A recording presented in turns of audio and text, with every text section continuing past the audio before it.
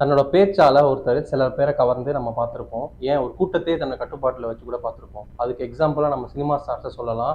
Like தன்னோட time, work, family எல்லாத்தையும் விட்டுட்டு அவங்க வாக்கே வேத வாக்கா நினைச்சிட்டு பைத்தியக்காரத்தனமா அவங்கள ஃபாலோ பண்ற ஒரு கூட்டத்தை இப்பன்னு இல்ல 70s, 80s, 90s ஏன் 20s இப்போ வரைக்கும் அது கண்டினியூ ஆயிட்டு தான் இருக்கு.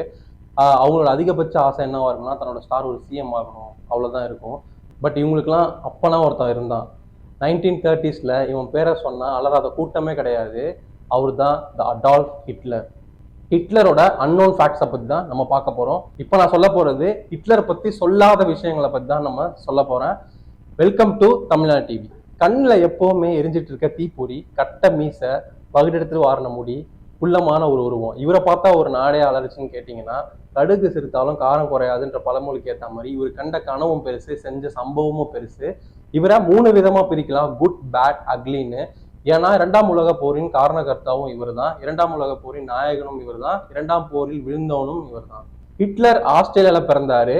பெயிண்டரா தன்னோட வாழ்க்கையை ஆரம்பிச்சாரு. அப்புறம் ஜெர்மனி வந்தாரு. அப்புறம் ஜெர்மனி மேல எவ்வளவு பேட்ரியாட்டிசமா இருந்தாரு, மிலிட்ரிக்கு அவர் பண்ண அர்ப்பணிப்பு என்ன, எத்தனை நாடுகளை வீழ்த்தினாரு, இது எல்லாமே நம்ம ஹிஸ்டரி புக்ல பார்த்துருப்போம். ஏன் ஒரு இன்ஃபர்மேஷனா பலர் சொல்லி நம்ம கேட்டிருப்போம்.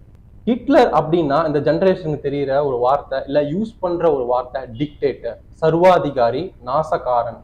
இப்படிதான் ஹிட்லரை நம்ம சொல்லியிருப்பாங்க, சொல்லப்பட்டிருக்கோம் ஹிட்லர் பத்தி. உண்மையிலே ஹிட்லர் அப்படிதானா அப்படின்னு கேட்டா, ஹிட்லர் தவறுகள் இழைத்திருக்காரு. ஆனா அவரை பத்தின பாசிட்டிவ்ஸ் எதுவுமே இல்லையான்னு கேட்டா இருக்கு. நிறைய பாசிட்டிவ்ஸ் இருக்கு அவரை பத்தி. ஹிட்லர் என்னதான் ஒரு குடும்பக்கார அப்பாவுக்கு பிறந்திருந்தாலும், அவர் சின்ன வயசுல நிறைய துன்புறுத்தலுக்கு ஆளாயிருந்தாலும், அவரு அவங்க அப்பா மாதிரி இல்லாம தான் அம்மா எப்படி தான் அன்பா பாத்துக்கிட்டாங்களோ அந்த மாதிரிதான் அவர் இருந்துட்டு வந்தாரு. குறிப்பா பெண்கள் அப்புறம் குழந்தைகள் மீது அவ்வளவு அன்பு கொண்டவரா இருந்தாரு. முக்கியமா ப்ராஸ்டியூஷனை குறிப்பா எதிர்த்துட்டு வந்துட்டு இருந்தாரு. அது மட்டும் இல்லாம பெண்களை கேலி செய்யறது, பெண்களை ஆபாசமா சித்தரிக்கிறது போன்ற விஷயங்களை கடுமையா எதிர்த்தாரு அடால்ஃப் ஹிட்லர். அது மட்டும் இல்லாம தன் நாட்டின் மீது இணை புரியாத ஒரு அன்பை வெளிப்படுத்திட்டு வந்தாரு. தன் நாடு அமைதியா இருக்கணும், மகிழ்ச்சியா வாழணும். இதுக்கு யார் தடையா இருப்பா? குற்றம் செய்பவர்கள். சோ குற்றம் செய்வர் யாரா இருந்தாலும் அவங்களுக்கு தண்டனை கிடைக்கும்னு அவர் நினைச்சாரு. அவன் பெரியவன், தன்னோட காஸ்ட சேர்ந்தவன், தன்னோட குரூப்பை சேர்ந்தவன், ஃபேவரட்டிசம் பார்க்காம யாரா இருந்தாலும் அவன் தப்பு பண்ணா அவன் தண்டனை அனுபவிச்சே தீரணும்னு நினைக்கிறவர் தான் அடால்ஃப் ஹிட்லர்.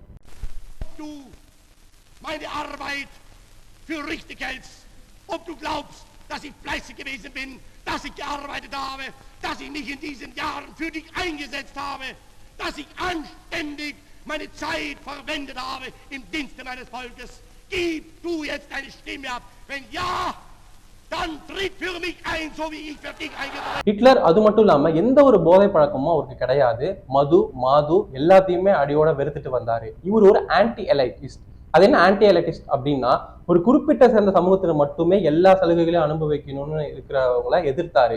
எல்லாருக்கும் எல்லா உரிமைகளும் கிடைக்கணும் அப்படின்னு நினைக்கிறவர் தான் அடால்ஃப் ஹிட்லர். இத்தனைக்கும் அடால்ஃப் ஹிட்லர் ஒரு மேல் வகுப்பை சேர்ந்தவர். ஹிட்லர் ஒரு தன்னலமற்றவர். அவரை பெருமை பாடுற யாரா இருந்தாலும் அவருக்கு அது பிடிக்காது. இன்னொருத்தவங்களை தாழ்த்துறதும் அவருக்கு பிடிக்காது. தன்னோட அதிகாரத்தை எப்பவும் அவர் துஷ்பிரயோகம் பண்ணதே கிடையாது. போன்ற செயல்கள்னால ஹிட்லர் புனிதம் ஆயிடுவாரா, நல்ல ஆயிடுவாரான்னு கேட்டா இல்ல. ஏன்னா ஹிட்லர் ஹாலோகாஸ்ட்ல பண்ணது மிகப்பெரிய தப்பு தான். ஏன்னா அதுல 40,000 யூதர்களை அவரு விஷவாயை வச்சு கொன்னாரு. அதுல நிறைய அப்பாவிகளும் இருப்பாங்க. அது தப்பு தான். ஆனா ஹிட்லர் சொன்ன வசனம் ஒண்ணு இருக்கு, நான் இங்க வெறும் 4,000 யூதர்களை மட்டும் விட்டுட்டு போறேன், அவங்க இந்த நாட்டை என்ன பண்றாங்கன்னு பாருங்கன்னு இந்த வசனத்தை மேற்கோள் காட்டிட்டு போனாரு. அதுபடிதான் இன்னைக்கு இங்க நாட்டுல நடந்துகிட்டு இருக்கு. இந்த விட்டுட்டு போன அந்த 4,000 பேர் தான் இன்னைக்கு இந்த உலகத்தை ஆண்டுகிட்டு இருக்காங்க. அது மட்டும் இல்லாம அழிச்சுட்டும் இருக்காங்க. பாலஸ்தீன்ல லட்சக்கணக்கான குழந்தைகளை கொண்டுகிட்டு இருக்காங்க. ஹிட்லர் கொன்னது இன்னும் 40,000. ஆனா அவருக்கு வச்ச பேரு சர்வாதிகாரி. இப்ப லட்சக்கணக்கான பேரை கொண்டுகிட்டு இருக்காங்க. ஆனா இவங்களுக்கு பேர் எதுவும் கிடையாது. உலக நாடுகள் எதிர்ப்பையும் மீறி இவங்க இஸ்ரேல் இவ்வளோ அக்கிரமும் அநியாயமும் செஞ்சுட்டு வராங்க. ஆனா அவங்கள யாருமே சர்வாதிகாரி அப்படின்னு கூப்பிட்டதில்லை. ஹிட்லர் எப்பவுமே தன்னோட போர் விதிமுறைகளை மீறினதே கிடையாது. போருக்குன்னு ஒரு மரபு இருக்கு. அப்படி என்னன்னா, பெண்கள், குழந்தைகள், மருத்துவமனைகள், பள்ளிக்கூடங்கள் மற்றும் மீடியா பர்சன் இவங்கள சார்ந்தவங்களை தாக்குதல் நடத்தக்கூடாது அப்படின்ற ஒரு ரூல்ஸ் இருக்கு. ஹிட்லர் இது எதையுமே மீறினது கிடையாது. ஆனா இன்னைக்கு அப்படியே நடந்துகிட்டு இருக்கு. எல்லா இடத்துலயுமே குண்டு வைக்கிறாங்க. வீட்டுல தூங்கிட்டு இருந்த ஒருத்தவங்க வீட்டுல கூட குண்டு வச்சு அவங்கள கொண்டுகிட்டு இருக்காங்க. இப்படி பண்ணிட்டு இருக்கவங்களை யாருமே எதுவுமே கேட்கறதும் இல்லை. போர் நிறுத்தம் ஏற்பட்ட பிறகு கூட போர் நடந்துகிட்டு தான் இருக்கு பாலஸ்தீன்ல.